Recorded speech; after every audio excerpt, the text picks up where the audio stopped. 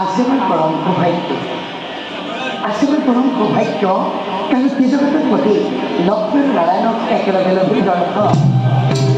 হি বিশ্বব্রহ্মাণ্ড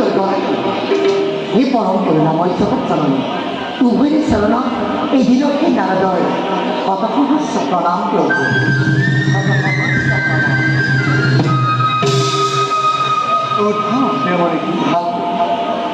তোমার সুমধুর হরিনাম স্মরণ করিব না, আমি নিজকে ধন্য মানিছি প্রভু। প্রভাকে জানিবলৈ দিলে আমি পরম আনন্দিত হতে পারি। দেবরী জগৎপতি সকলে মঙ্গলে দেবরী অন্তর দর্শন করিলে এনে ভাব হইছে কিবা কিবা প্রভু লক্ষ্মীর কথাই যদি সত্য হয় তেন্তে সংবাদটি প্রকাশ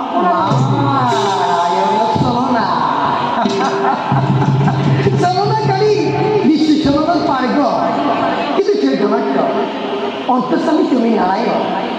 সৃষ্টি স্থিতি প্রয়োজন তুমি গতি তেনেস্থল নতুন বন্ধুৰী কি দাস কৰিছে তেতিয়া অৱশ্যে ক'বই লাগে। প্ৰথমতে দক্ষ মহাৰাজে তেওঁৰে কন্যা সতী সুন্দৰী অৱলম্বন কৰি আয়োজন দক্ষ ৰক্ষ নাম তোমাৰ দেৱগ্ৰন্থ কীৰ্ণৰ সকলোকে জনাইছে নিমন্ত্ৰণ। কিন্তু প্ৰভু বাকী মাত্ৰ ভূতনাথ বিখ্যাত নহয় দেবরী প্রভু তার বাবে নকরিবা অলপ আছে সময়ত মহাদেৱ নিজেই স্বয়ম্বৰস্থলী হব নিমন্ত্ৰণ আমন্ত্ৰণ নলাবিব দক্ষ দুৰ্গাপতিয়েও কায়ো মনোবাক্য কৰি আছে শিৱকেই নারায়ণ নারায়ণ নারায়ণ শ্রীমৎ নারায়ণ নারায়ণ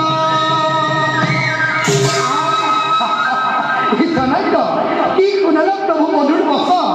দয়াদিন মাদিন শ্মশান নিবাসী শিৱ অৱতন্তি এইবাৰ বিশস্তি দিছে নহয় দেবরী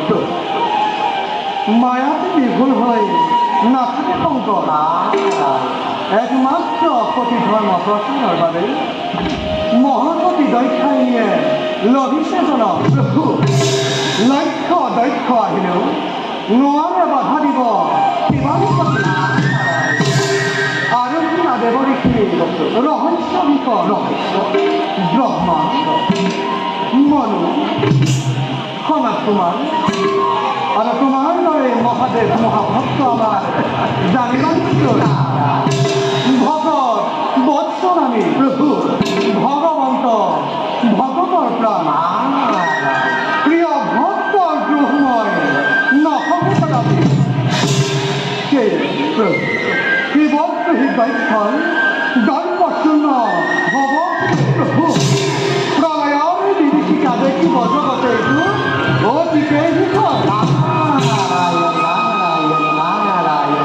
বুঝিলে প্রভু সকলো বুঝিল